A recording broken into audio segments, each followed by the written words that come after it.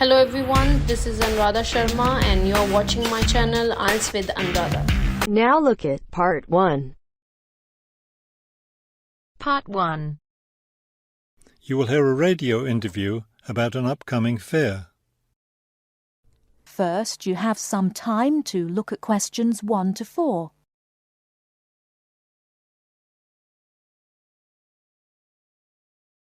Now we shall begin. You should answer the questions as you listen, because you will not hear the recording a second time. Listen carefully and answer questions 1 to 4.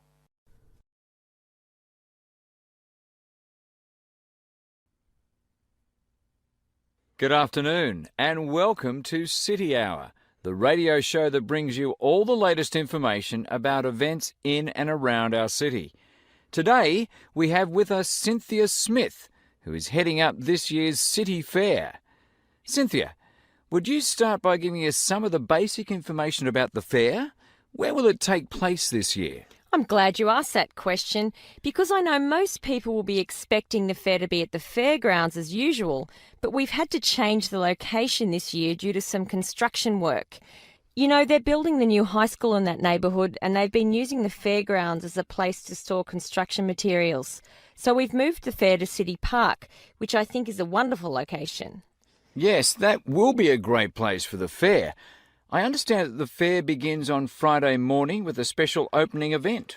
Actually, it won't begin until that evening, but you're right about the special event. Traditionally, we've begun with a parade, but this year our opening event will be a special dance performance. And the most exciting part is that the mayor will be one of the dancers. The mayor is a woman of many talents. Cynthia, could you tell our listeners about the price of admission? What will it cost to attend the fair? We're trying to keep the price down as much as possible. A 3-day pass is just $25, or you can buy a Saturday or Sunday only pass for $15. The opening event on Friday, the dance performance, doesn't cost anything to attend, and we're hoping a lot of people will come to watch that.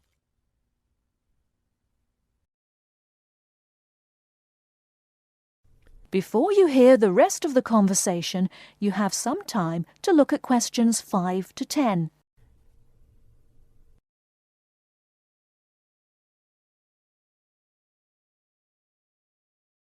Now listen and answer questions 5 to 10.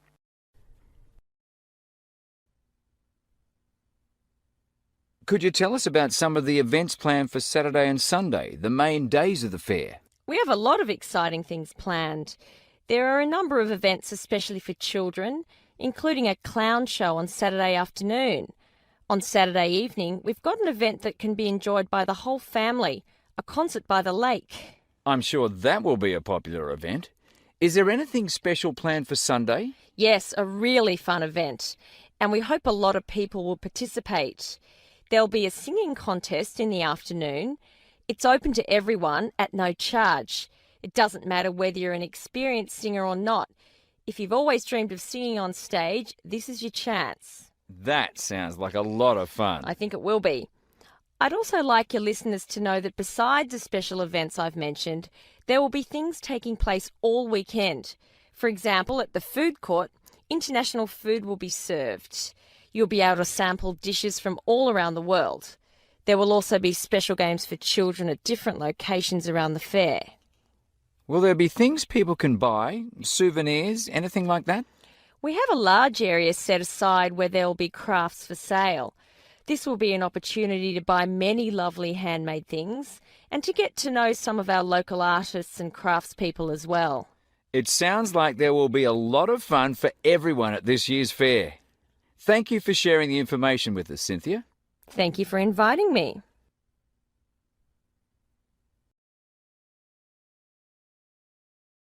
That is the end of Part 1. You now have half a minute to check your answers.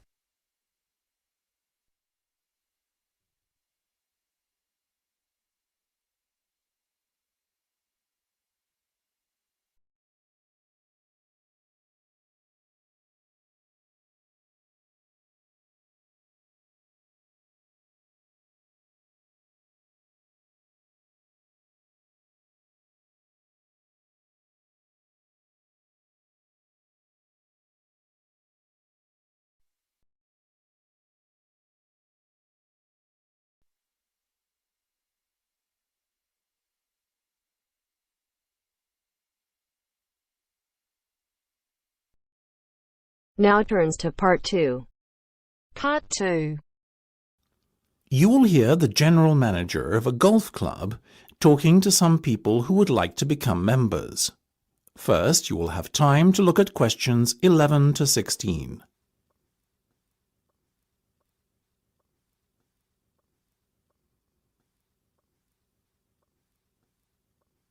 Now listen carefully and answer questions 11 to 16. Now, ladies and gentlemen, thank you for coming to this meeting. Demand for membership places has far exceeded our expectations this year, so it was decided to gather you all here together to go through the process step by step, once rather than many times with each of you individually. The first thing you need to do is not fill in the application form. This, you see, is a waste of time, unless you have found an application sponsor. Your sponsor must be an existing full member of the club. Now, once you have your sponsor, you should log on to our website and fill in and send through the membership form. You will be prompted to provide the relevant deposit at the same time as you submit your application. You may do so using any major debit or credit card. The next step is for you to attend a general meeting of the club. There are typically meetings held once a month. After the club meeting, you will then be required to wait a while in order for the club committee to examine and, if all is in order, approve your application. It may be necessary to ask you to come forward for an additional interview before approval is granted, depending on the circumstances. Now, once you have been approved, you are almost a member of the club. All you need to do then is pay the remaining balance of your membership fee. Having done this, you are officially a member of Blainrow Golf Club. However, you cannot start to play in competitions until you have acquired your handicap. In order to do this, you must send in 3 cards. The committee will then issue you with a club handicap within 7 days on the basis of how you performed in each of the 3 rounds you played. Before you hear the rest of the discussion, you have some time to look at questions 17 to 20.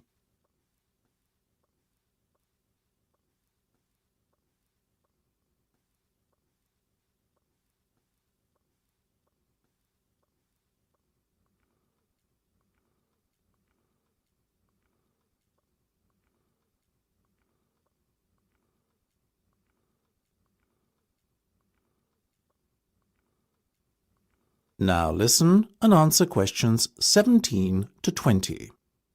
Now, I won't spend much more than a few minutes on this, but let's go through the different membership types quickly now. Remember, all the information I'm about to give you and more is available on our website. The first category is Full Ordinary Member.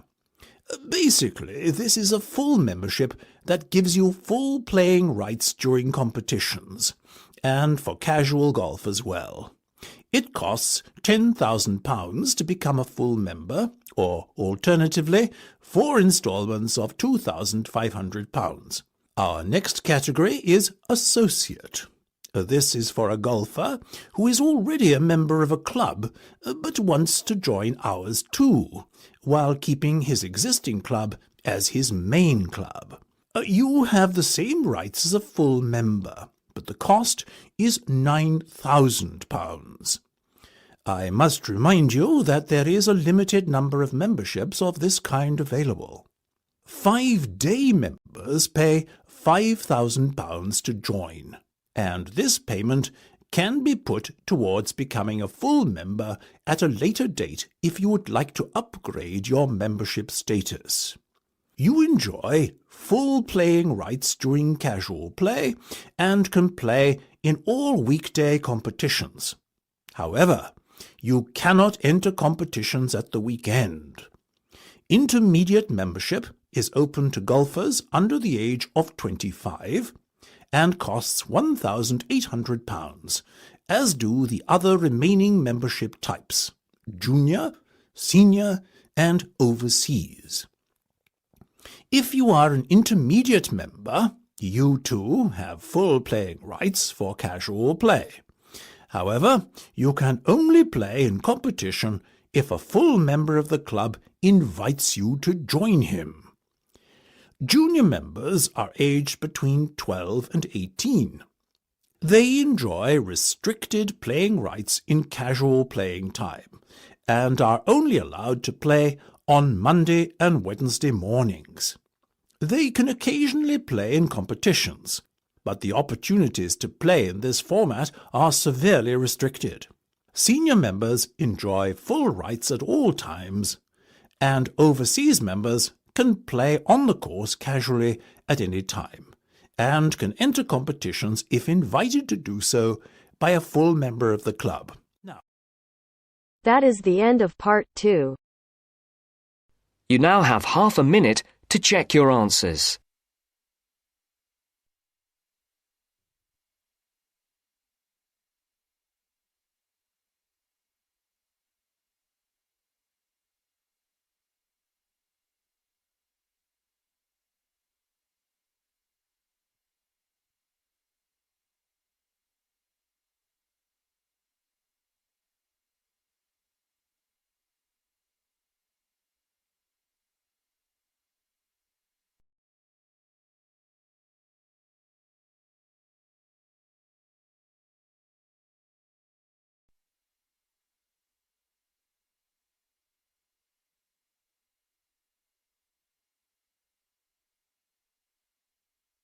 Now turns to part 3.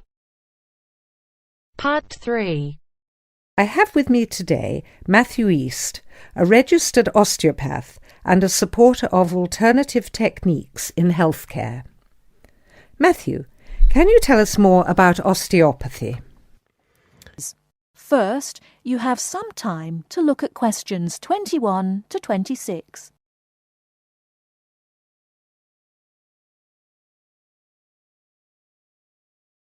Now listen carefully and answer questions 21 to 26.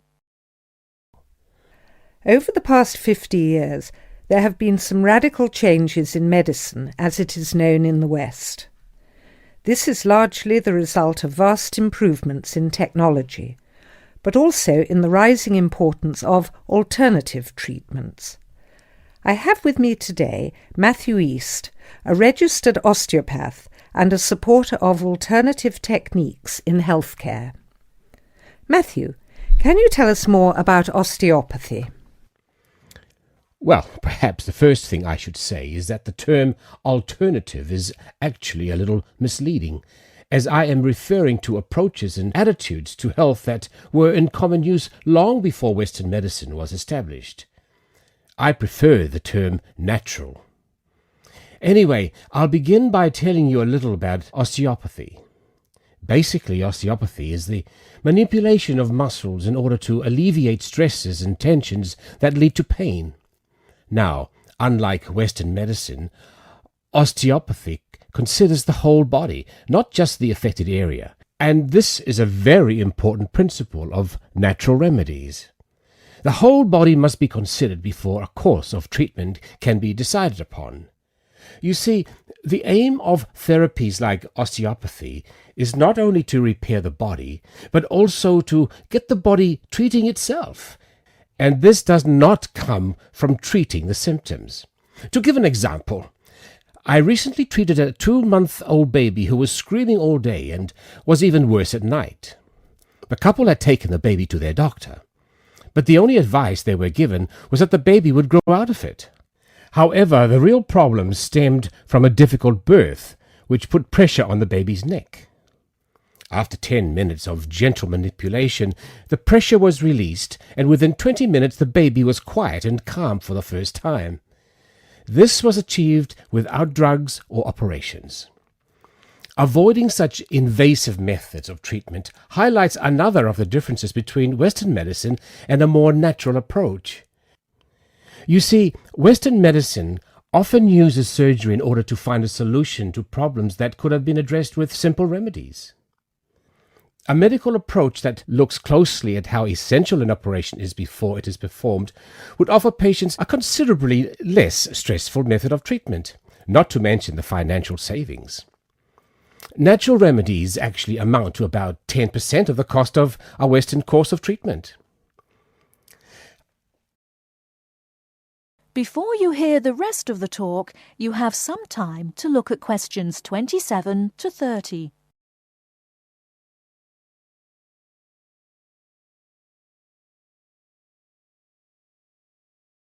Now listen and answer questions 27 to 30.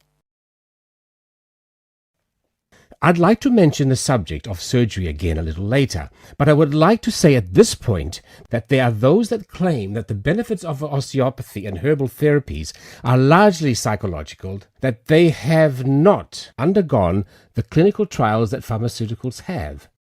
To answer that, you only need to look at the example I gave earlier of the baby that stopped crying less than an hour after treatment, but was obviously far too young to react because of purely psychological factors. Another example can be seen in the successful use of acupuncture in the treatment of animals. In response to criticism regarding clinical trials, it is worth noting that the power of pharmaceutical companies is such that, although some drugs fail the standards required of them, they are sometimes still prescribed by doctors.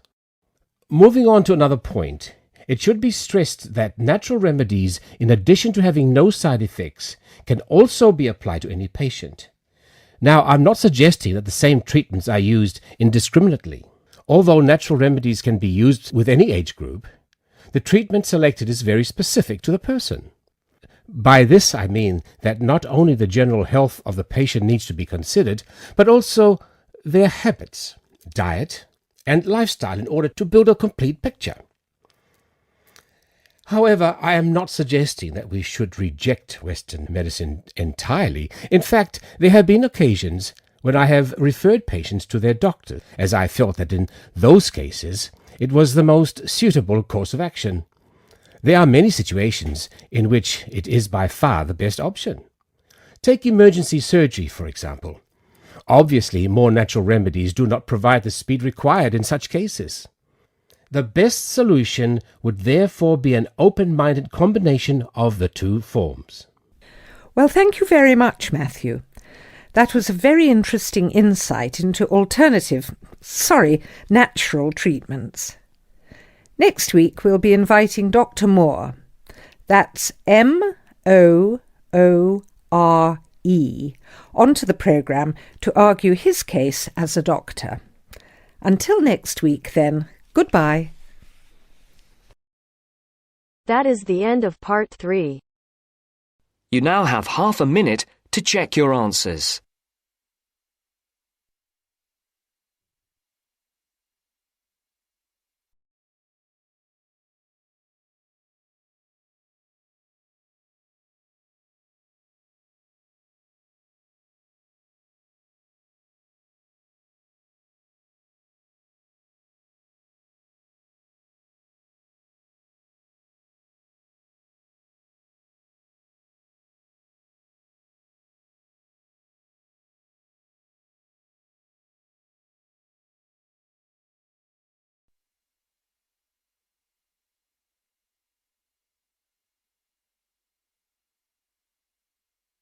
Now turns to part 4. Part 4. You are going to hear a talk about some British customs. Listen to the talk and complete the notes below. First, you have some time to look at questions 31 to 40.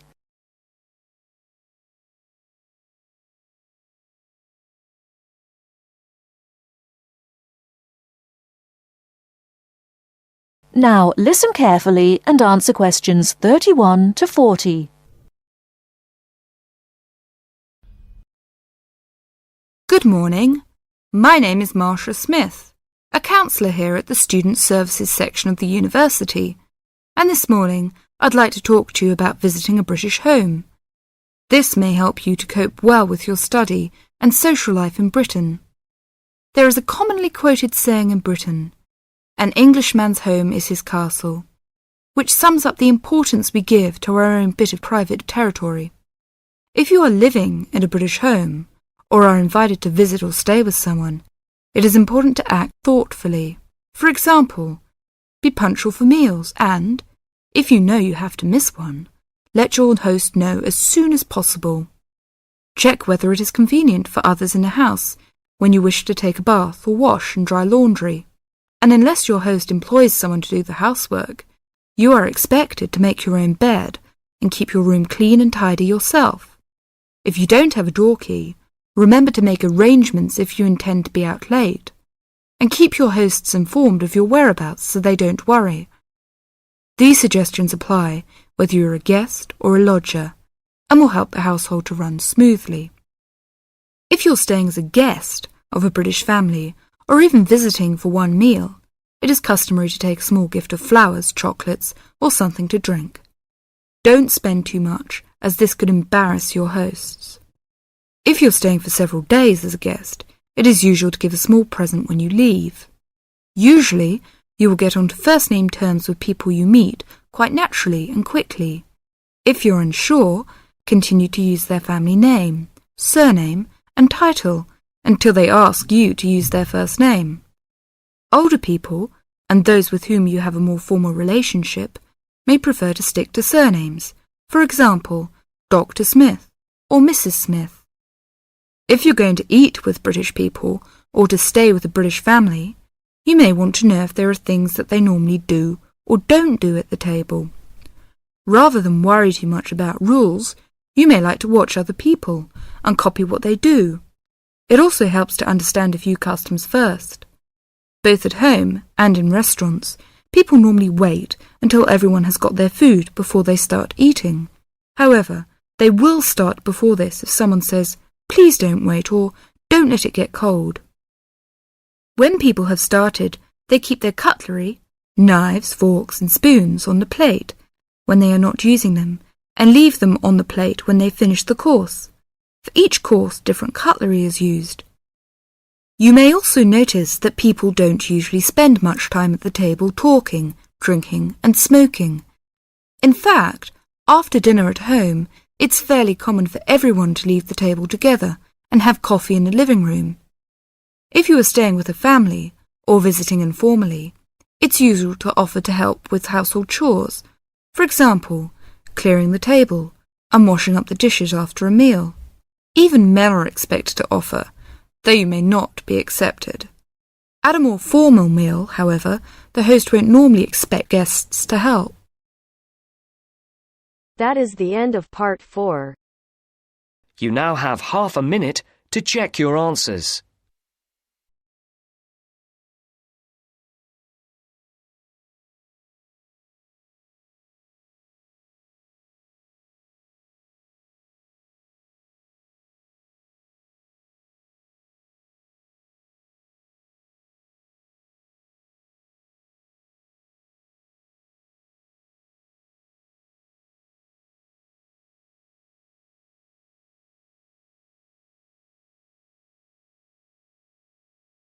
Thank you for watching and stay tuned for more videos.